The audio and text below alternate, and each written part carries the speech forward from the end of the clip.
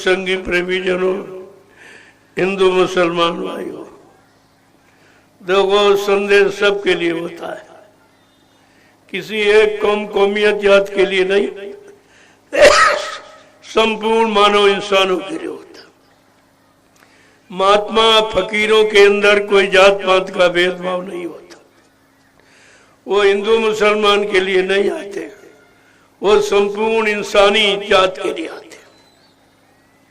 इंसानी जात में इंसानियत, मानव में मानवता जब समाप्त हो जाती है तो मानवता इंसानियत देने के लिए आता है कि जब तुम्हारे में इंसानियत रहेगी तुम इंसान कहे जाओगे। आज इंसान नहीं रहा, क्योंकि इंसानियत खत्म, रूहानियत खत्म, ये सब समाप्त हो गई, तो आप उसे इंसान कैसे मानो? वो तो एक पुतला है, ये भी एक पुतला। अगर रूह को हटा दो जीवात्मा को तो ये पुतला है, यहाँ जिसमें कोई जान नहीं, वो पुतला। वैसे तो ये जिस पुतला है, लेकिन खुदा की रूह और परमात्मा की जीवात्मा के कारण इसको हम इंसान और मानव कहते हैं। अब उस इंसान में इंसानियत चली गई, मानवता चली गई, पारस्परिक प्रेम प्यार मोहब्बत दया रहम सब समाप्त हो गए, तो ये पुतला ही रह गया है। इंसानियत के कारण इंसान है, मानवता के कारण मानव है, लेकिन दोनों चीजें जब खत्म हो गई तो केवल पुतला ही रह गया, जो किसी के काम नहीं आ रहा, न किसी का काम कर रहा और सबका नुकसान कर। जब रहम खत्म हुई तो कितने जीवों को मारने काटने लगा। जो जीव तुम्हारी रक्षा के लिए, तुम्हारी सेवा करने के लिए बनाए गए, तुम उन्हीं को मार काट रहे हो। ये इंसानियत है कि मानवता है? अरे कुछ तो विचारो। परमात्मा के दरबार एक दिन जाना होगा, उस समय आप जवाब क्या दोगे? जब वो पूछेगा, ए इंसान, मैंने तुमको ये जिस्म शरीर दिया 88,999 योनियों के बाद, ये तुझे मैंने दिया था कि जाओ अब की बार तुम्हें ये मौका दिया जा रहा, तुम इंसानी चोला पाए हो, इंसानियत को बरकरार रखना, सब जीवों से प्रेम करना, ये समझ कर ये सब जीव मेरे बनाए। तुम्हारे में जीवात्मा वो भी मेरी बनाई, मेरी ही मतलब यानी रूह है, मेरा ही, मेरी जीवात्मा है। और जितने जीव दिखाई दे रहे हैं, पशु पक्षी कीड़े मकोड़े, इनमें भी मेरी रूह है, मेरी जीवात्मा। ये समझना, ये सब तुम भाई ही भाई। मेरे नाते परमात्मा खुदा कह रहा, मेरे नाते तुम सब भाई भाई हो, क्योंकि ये सब मेरे ही बनाए हुए, किसी विज्ञान इंसान ने कुछ नहीं बनाया। और इनमें जो रूह बैठी जिसके कारण ये जिंदा है, वो खुदा कह रहा है रूह मेरी, परमात्मा कह रहा आत्मा मेरी।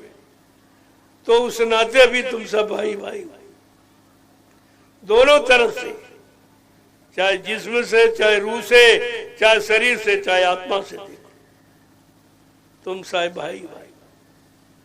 लेकिन आज ये भाईचारा समाप्त क्यों? ये लड़ाई झगड़े में क्यों बदल गया? ये ईर्षा राग द्वेष में क्यों बदल गया? ये मार काट हिंसा में क्यों बदल गया?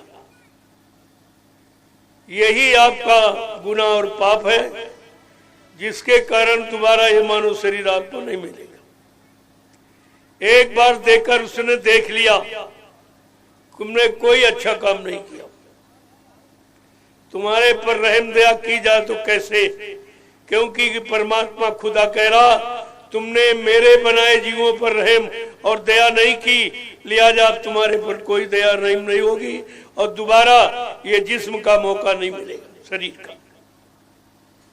पर उन्हीं पशुओं में और कीड़े मकोड़ों में बहुत बुरे पाप कर्म किए तो नाली में जो बदबूदार कीड़े, उनमें तुम्हारी रूह जीवात्मा को पहुंचा दिया जाए। तब वे पता चला, देख देख इसमें कितना कष्ट है, कितनी बदबू। ऐसे ऐसे ये जीवन लीला बराबर चलती रहती। अगर संत महात्मा फकीरों की मान लो और उनके बताए रास्ते पर चल पड़ो तो ये 4 खान 84 लाख नरकों की योनियों से आपको हमेशा के लिए छुटकारा मिल जाएगा। फिर आपको यहाँ आना ही नहीं और इन शरीरों में जन्म लेना नहीं, तो ये कष्ट आपको मिलने वाले नहीं।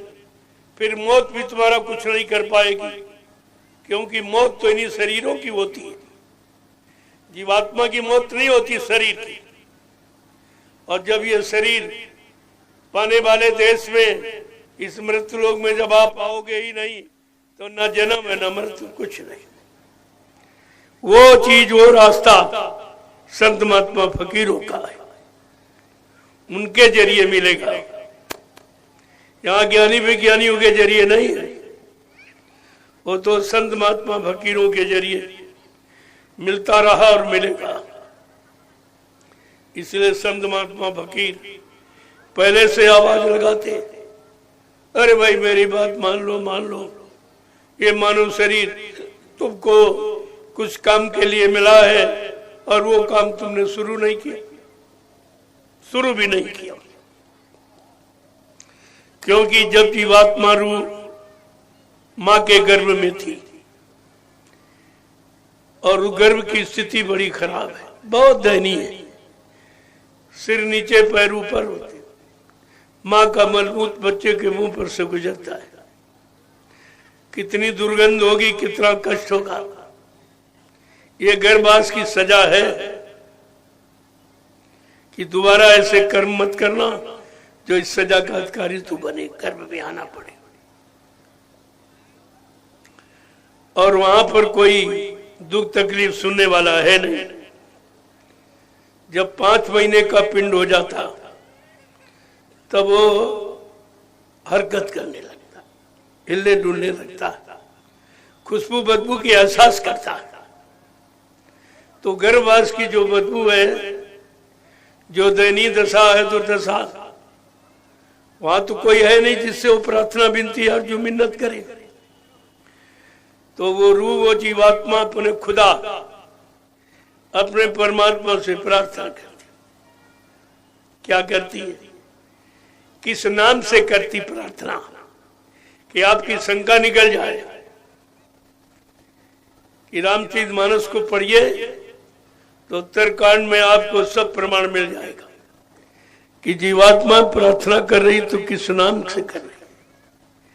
कि अब प्रभु कृपा करो यही भांति, और सब ताजी भजन करब दीन राती। जीवात्मा रूह क्या कह रही है, हे प्रभु। ये राम सीताराम राधे कृष्ण कह के नहीं कह रही, ये प्रमाण है रामचरितमानस में कि हमारी जीवात्मा मां के गर्भ में ये वादा करती है प्रभु, क्योंकि प्रभु सबका मालिक है। वो राम का भी राम है, कृष्ण का भी कृष्ण है, वो खुदा का खुदा है, वो भगवान का भगवान है। कि अब प्रभु कृपा करो यही भांति, सब तज भजन करब दिन राती। हे प्रभु, अब हमारे पर ऐसी कृपा दया करो, इस नरक कुंड से मैं बाहर कर दूं। गर्भ की स्थिति को क्या कहती, नरक कुंड, इससे बाहर कर दो। तो वो कह रहा, खुदा परमात्मा कह रहा, हमने तो बहुत बार तुमको बाहर किया, यहाँ तो तुम मुसीबत में वादा करती हो और जब बाहर चली जाती हो तब माया की चकाचौंध में हमको भूल जाती हो। तो कह रही नहीं, रूह और खुदा आत्मा कह रही नहीं, अब की बार मानो जिस्मानी मैजिद मनुष्य मंदिर का सौभाग्य मिला है,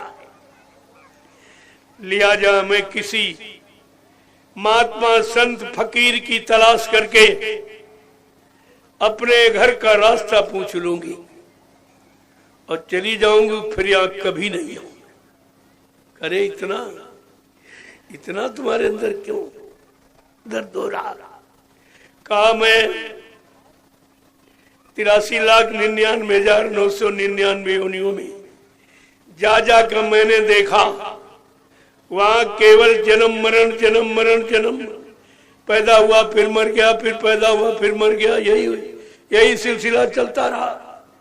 तो कह रही जीवात्मा नाक में दम हो गई हमारे, बार बार मरते मरते। अब मैं मतलब यानी मरने जीने से उब गई हूं, अब मरना जीना नहीं चाहती हूं। हमको अपने घर का रास्ता दे दो, मैं अपने घर चली जाऊंगी, फिर यहाँ कभी नहीं आऊंगी। लेकिन किससे वादा करती? प्रभु से।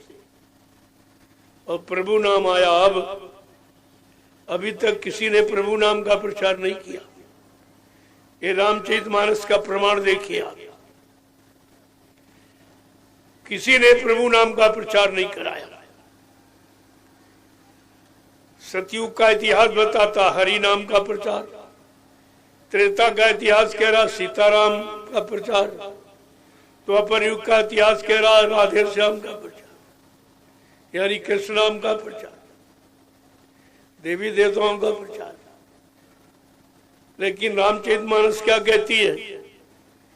जब प्रभु से फरियाद करेगी जीवात्मा, तो प्रभु को यह अधिकार है कि वो जन्म मरण से छुटकारा दिला सकता, और ये अधिकार सृष्टि में किसी के पास। क्यों? प्रभु कहाँ का रहने वाला है? रामचरितमानस क्या कह रही? एक अनी अनामा अज सच्चानंद प्रभु धामा। वो एक अनामी धाम है जहाँ एक अनामी महाप्रभु है। अनामी महाप्रभु जब स्वतः मानव चोला धारण करके मृत्युलोक मंडल पर आएगा, प्रभु नाम को जगाएगा, सिद्ध करेगा, प्रभु नाम का प्रचार कराएगा, प्रभु नाम से जीवात्माओं को जगाएगा, प्रभु नाम का बेड़ा भवसागर में लगाकर इन जीवात्माओं को प्रभु धाम पहुंचाएगा। जय गुरुदेव। तब जीवात्माओं का आवागमन समाप्त हो जाएगा। ऐसे प्रेमी आवागमन समाप्त होता। और ये आपको किसी ने बताया नहीं आज तक किसी ने आपको ये नहीं बताया, क्योंकि समय की चीज समय से दी जाती है, तब उसकी लोग वक़्त करते हैं। आज इसकी जरूरत है। चारों तरफ आदमी मुसीबत में फंस गया। सबको याद करके देवी देवता परमात्मा खुदा राम कृष्ण हनुमान शंकर सब